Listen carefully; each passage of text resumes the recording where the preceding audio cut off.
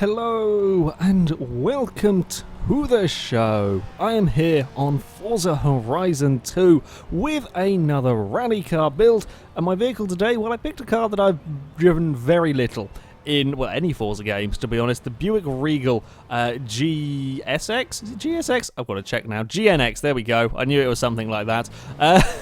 Yeah, I think I'm going to give like a completely different try, and kind of curious to see how this one does. Starts off as a relatively low B-class, but I'm going to guess by the time I put all the required parts on it, it's probably not quite going to still be down there. First thing we'll be doing is a drivetrain swap to make it all-wheel drive. Now, the concern here is that, well, of course, it's a mandatory part and so on. It does add some weight. It's up to 3,700 pounds already. That's quite heavy to be beginning with. We will of course also have to have the off-road tyres, which are going to jump us up into A-class. Fantastic. We're going to have the off-road gearbox to give us some sensible gear ratios for the course we're about to run around, and the off-road suspension in the hope that the Buick might survive the bumps and the jumps. Actually relatively low as far as the sort of American cars go. I think it's still better off than a lot of the sports cars and so on that have raced so far. I think we should be okay for the bumps and so on. There's a curious bit underneath that front bumper, like a sump guard kind of thing. Hangs along. You don't see that on any of the other cars. Right, rest of the upgrades though, of course, are up to me, so we're going to go pretty much full handling if we're going to be weighing. Okay, with the weight reduction, we should probably get it down, maybe 3,200-ish. We're going to have to go for a roll cage again that I don't really 156 pounds. It's heavy. I have seen worse though. We're going to need it for this car though, or I'm going to want it, shall we say, for this car. Weight reduction, please be like £1,000. I'd be very happy if it was. It's that was about right actually. 3,185. With the help of some other parts, we may even get it down to under 3,100. That's kind of what I'm hoping, perhaps, from this vehicle. Tyres, I'm guessing we're going to get big tyres on the back of this. We do indeed. Fantastic. The 345s are on the back of the Buick. What are we getting on the front? Probably 285s or 275s. Yeah, that's about right for the muscle cars that we've seen go round before. That's sort of the kind of thing that we are likely to see from these cars. Other parts we're going to want, of course, we're going to want aero. With a car like this, I just want full handling stuff, so yeah, we shall be going with this. Drop the PI a little bit as well by adding that spoiler, and of course the spoiler dropping the PI is because of the reduced top speed. Well, that's irrelevant to us because we're not using top speed. Bonnet-wise, I'm quite kind of curious as to why that one. That's the same bonnet as all the other ones, but they normally just say Forza, whereas that's a who knows. I'm going to go with this. I can't stand that one, and we're going to want to get the weight off, so we shall take that. Now, engine-wise, what are our options? We could go for a 7-litre Hemi, or we could go for the 6.2-litre V8, or we could keep it standard. Both of these engines are heavier. I think we'll keep with the standard V6, I believe, is what we have in these. Straight up, about the only American car ever built with a V6. I think something like that. Anyway, yeah, it's a peculiar contraption, this one. Right, we'll get the diff on now. Do we have any options for? Oh, this was turboed, wasn't it? If I've remembered my cars correctly, it was turboed. Yeah, it was a very strange way for the Americans to build a car. This is what I was just thinking of if there was any aspiration swaps, but no, this comes with a turbo, so we don't have any options. Just in the torque figure's actually quite good on here. We are going to get quite a lot of torque out of it. That's a lot of power for very little. Yep, I'm having it. It's giving me a lot of torque more, and still relatively low in S1 class. The weight is a concern with this car, but there is a mountain of torque going on, which I like to see. Right, we will keep adding these. We passed the 400 horsepower mark, which is good. How are we doing? 535 torque, 422 of the horsepower so far. Can we get? Oh, we could go crazy with that there. I think we may come back to them. I will try and get all of the weight saving parts on first. We may not quite get it under the. No, we're not going to. I don't think under the weight that I was looking for. But it's going to be pretty. I think this could be quite fast. You know, I think I'm actually going to have a little bit of a problem now. Yep. Right, I want that on there. I think we'll have to then take off this. Drop it back down to there, perhaps.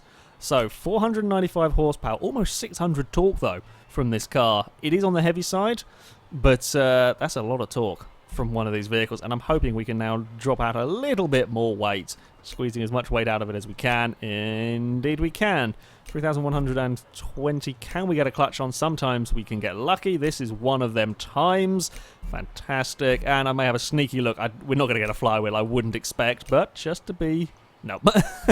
Worth a look. And these parts here, sometimes it drops the PI because it adds weight and not a huge amount of power. I was seeing if there was any decent trade-offs, but there isn't. Okay. Interesting outcome from the Buick. 495 horsepower, not particularly powerful for the cars that we have seen in S1 class. Certainly most of them are getting 500 plus, but there is an awful lot of torque. It is quite heavy though. I don't know how this is going to do. It could be relatively quick because again we've got the huge great big tyres, but the weight could be a bit too much for it. Well, there is only one way to find out, and that is of course to take it around the Forest Brawl circuit, where I have got 5 laps to go as quickly as possible. The current leader is the Nissan Skyline R34 with a 57.6 that I doubt the Buick is going to get near. I don't think the Buick is going to challenge the Skyline or the RS200, to be honest. Perhaps its main rival, well, the Plymouth GCX at a 59.3, and that sits in 5th with sort of similar tyres. I think the Plymouth was perhaps a little bit lighter. That perhaps could be the Buick's target. Aside from that, yeah, I mean, if it can get in the 59s, I think it would be doing quite well. To be honest, I think that should perhaps be the Buick's goal. Can we get it into the 59s? I am a little bit concerned about these gear ratios on the car. Now, sometimes the game likes to give super short gear ratios to the race or to the off-road gearbox, and this feels like we may have some trouble with this car. I am going to, for the sake of fairness, if the game gives the car a gearbox where it can no longer go above 120, I will change it. I think I've had a couple of cars. It's normally on the really small cars, like the Mini. I think it was the Renault Alpine as well. The cars that are not particularly fast at all to start with, when you put the shortened gear ratios and so on the gearbox that gives it a shorter gear ratio, it gives it some problems. I'm surprised that it has issues with this. Yeah, I mean, I'm just going to make it around about there. That seems fair for what the other cars are doing. What does it reckon? 149. Yeah, that's a sensible gear ratio, since that was going in sort of 5th and 6th through places where it really shouldn't be. Curious as to why on earth it would be the case with this car. I mean, it's relatively quick. It starts off with B class. It's a relatively quick car to start with. I haven't had to do that for a while either. There was one of them fairly recently that I completely forgot. It might have been the camper van that was getting towards the top of its gear ratios. But yeah, it's who knows? Who knows? We shall try again with the Buick. Hopefully, it will now be a little bit more sensible. We won't be buzzing on the limiter the entire time. Yeah, it's much better. It might actually work. I mean, there's still very short gear ratios, as they should be for this kind of course. We have quite a lot of understeer through turn 1. The good news is the back end is very much stuck to the road. That I like. The car is not really moving around too much. We do have some understeer going on from the Regal. How do we land the jumps? We land the jumps very well, flat out through the corner at the bottom there. 100 miles an hour is not too shabby. We have seen fractionally faster, but not by a huge amount. How do we deal with the bumps down here? Relatively well. 100 miles an hour through the turn. I think we can perhaps get a little bit more speed out of it. Oh, the brakes are good. That really surprised me. I went on the brakes thinking that we weren't really going to stop because it's quite a heavy car. That got stopped very well. Okay. Oh dear. We're twisting, we're having issues. It's fine. Have managed to gather everything up. Gear ratio is still quite short. It said it could do 149. I'm not sure I believe it, but sure. So yeah, they're still quite a very good thing I changed them. Right, we will head around these corners, and I'm liking the way it drives. I am impressed with the way that this car is dealing with the turns. It drives very, very well, actually, through all of these. As we get a big jump across there, it carries a lot of speed up that bit, gets a lot of airtime across that sort of That's sort of almost a secondary jump. I've hit the inside of the banking there. I mean, that first lap was not too bad, a 1 minute 1.6. It really does get stopped very, very well for that final turn. That's really quite impressive from the Buick. Not quite what I expected. That's a better flight path through there. That's dealt better with that section. Right, how are we doing straight line speed? I fear we may struggle. It's 134, which is okay. It's not the quickest that we've seen, which is, yeah, I mean, I'd perhaps expect it. There isn't the same amount of power in this as we have seen from a lot of the cars, and there is a fair amount of weight. But we can chuck it around this turn. I mean, we can keep up good corner speed through there. I'm about 92 miles an hour on the exit is not too shabby whatsoever. And again, we can get the speed. That time there I was a little bit thrown by the bumps. We're a little bit out of position. Actually going really quite quickly. This Buick, it deals with the bumps pretty well, I would say. I've turned in a little bit too soon on that particular turn, and then yeah, okay, I blew that on the second to last corner. Messed up the second to last corner, and then that messes up the final turn as well. I think this could actually go pretty damn fast. Definitely is going to get into the 59s with a good lap. Landed a little bit on the front corner there, but in fact, it's into the 59s already with a not particularly good lap. The GNX, sorry, I don't know why I call it the GSX. The Regal, there we go, I'm really impressed. This is going really rather nicely, really rather well. Pushed it a little bit too hard there, trying to get as much speed out of the Buick as I could.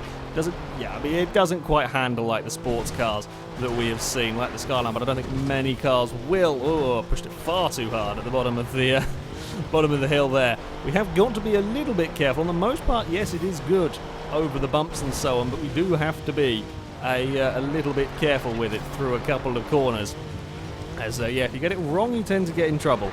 I think with this car, if everything's going right, it's very, very good. If you do get it wrong, though, you're probably going to have a bit of an off, as it is a rather larger, heavier beast than some of the cars that have raced around. Right, so we have got one more lap to get a good time. It does fly nicely over that jump when you get it right on the approach. One more lap to get a quick time out of the Buick. How will it fare? We've got it stopped nicely for turn one this time round. Brakes are good as well. For a car this heavy, I'm surprised at just how well it is getting stopped through here. Yeah, it doesn't quite carry as much speed as the likes of the Skyline through this section, and that's to be expected, really. However, it is lovely and planted, which I do like. Well, we've cracked the windscreen, but it is the final lap, and well, we occasionally see that happen on the landing of the big jumps if you hit them a bit awkwardly. Again, we're brushing the wall a little bit after getting thrown about on the bumps. I daren't look at the speed through there. I was got to concentrate on the corner, but it was pretty quick. It doesn't quite, not just quite got the turning into that final corner. Through there, and it is across the big jump for the final time. We land it nicely yet again up towards the line, and the Buick crosses a 59.682 for the Regal.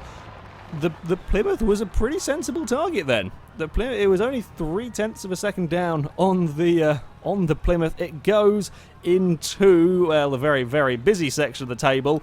It goes into 12th place, just beating the Subaru BRZ and the Lotus Carlton. We are talking fractions of a second behind the Shelby Cobra and the Ford Escort Cosworth. A pretty damn good car to drive, actually. I have to say, I do like this Buick. At times, certainly the final corner, I don't know, it doesn't feel as sharp and responsive as some of the cars that I've driven, certainly. And through sort of turns 3 and 4, that area, we can have, you just can't carry the corner speed. But that's perhaps not so surprising, considering what it is. It is very stable, it's easy to drive it relatively quickly. The bumps can occasionally cause it little issues here and there. But on the most part, it's a pretty damn good car. Perhaps a little bit unexpectedly fast for this one, considering it is so far down on power. Yeah, there's a lot of torque, but it is relatively down on power and so on. I like it. I like the Buick. And we have another car going into the 59s. There's 4 cars now on 59.6s. That's getting quite ridiculous in that area of the table. Anyway, that is it from me. Thank you very much for watching, and until next time, goodbye.